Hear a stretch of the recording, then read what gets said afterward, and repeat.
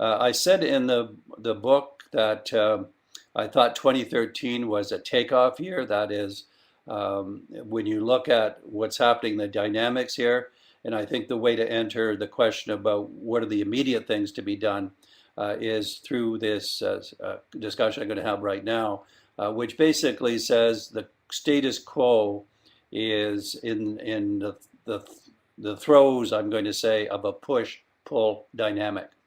The push dynamic is that schooling is boring for students. Let's start with students, and you could just look at the grade level data from several studies that basically say kids start off being really okay, enthused about school, kindergarten eventually once they get in. But then it steadily goes, the boredom factor steadily goes up, the enthusiasm factor goes down.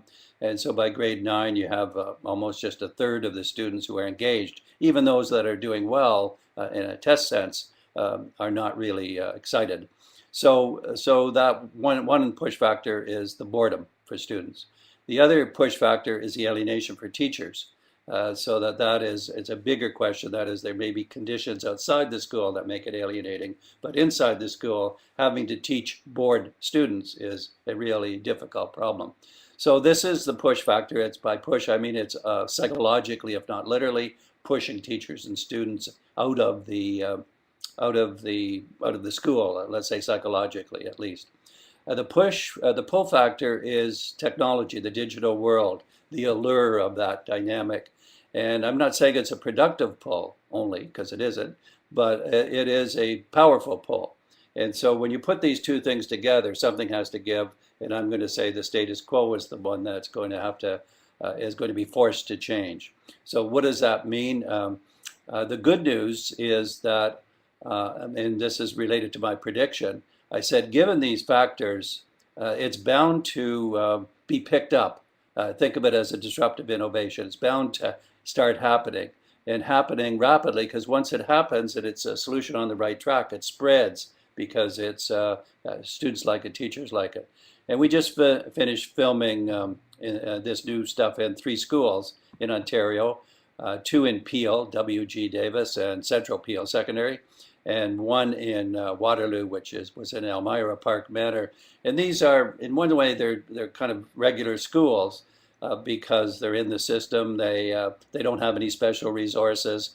But I selected them because there were some things going on. And when we filmed it, I was amazed, actually, absolutely blown away of the dynamic engagement on the part of students and teachers, the presence of technology. Peel, for example, about a year and a half ago, passed a BYOD policy, opening that up and permitting, if you like, innovation and encouraging it. And then what schools are doing is figuring out how to take advantage of that, but also how to ground it in ways that it works for the learning. So what are the immediate steps? In some ways, it's getting into the action, but in all of the cases we filmed, the students and the teachers, led by the principal and others, created a framework that's like the 21st century skills, so that in Park Manor it's called the Accelerated Learning Framework.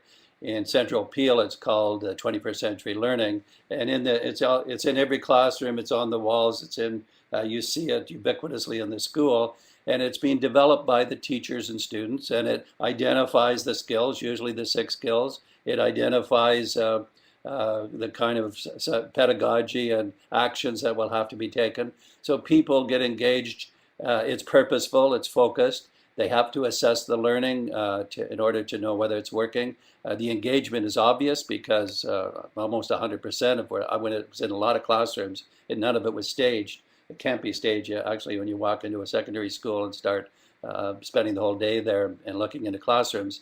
So what we see now is that this stuff is working. It should be seen as a learning period, which means that you don't prematurely judge things, that you want to be transparent because within the school, to show what is working, you want students and teachers to learn from each other across the school. You want it to be facilitated by teacher leaders, coaches, and others. You also, there's a very strong linkage to the outside, other schools, let's say not just neighborhood schools, but schools in the world for that matter. So I haven't really organized the new stuff into a neat statement yet, but what we'll see is a half a dozen things that have to come together for this to work. And what's exciting about it is it taps in, and this is the point I made in Stratosphere. I said these innovations are going to have to meet 4 criteria. One is that the criteria of irresistibly engaging because of the boredom factor, because learning has to be really immersed in excitement. Secondly, it's got to be, the technology has to be elegantly efficient and easy to use, which is really how do you access it without getting into technical problems. The third one is ubiquitous technology. This is BYOD and other things. I don't mean unrestrained, because you have to figure out what are the ground rules, but definitely access to technology and information around the clock. And the last one, the fourth one, steeped in real life problem solving. So this is real life problem solving is really with the 6 C's in action permeating the curriculum. And then, so in summary, the 2 points here are, let's see this work being done, which it is being done, and make sure it has the parameters that I'm just talking about, and that you really do see the engagement factor go up really sky high, and you'd see the learning connection. But the impact of learning we have to pull together. We know it's been very powerful in Park Manor.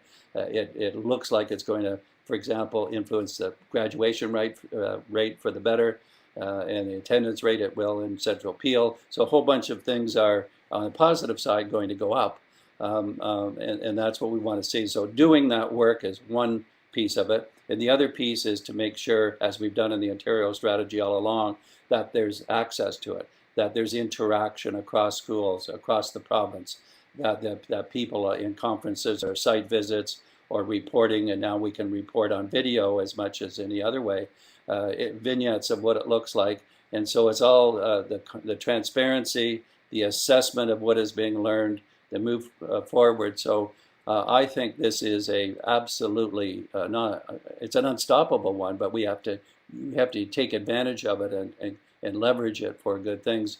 But I'd have to say, just because of this recent actual look at the impact, not just the ideas, but the ideas in action, that this is something that is taking off in Ontario. We can talk more widely as well. Taking off in Ontario, and it will explode, is exploding within the next 24 months. So this is exciting times, even though we've had a bad year in some ways. It's on track, and I must say that technology is turning out to be a great catalyst because we have had the capacity building on the pedagogical side, and we're ready for innovating more pedagogically, and technology makes that possible, accelerates it, and it really then becomes part of the learning paradigm. So I look forward to not only monitoring this, but being involved in it and see what results will be, because I think there'll be just a whole new phase in reform for education around the world. We are finally, I'd say, involved in some international projects that we call flourishing learning, is the phrase we use. But these are projects where schools are doing what I've just described in Peel, but it's being done all over the world, and we're trying to provide a project framework and a conceptual, strategic, and assessment framework where these schools can interact and learn from each other. We can pull this knowledge together. So I look forward to being a part of this, especially with my Ontario colleagues, where we have been working so well together for the last 9 years in particular. Thanks very much.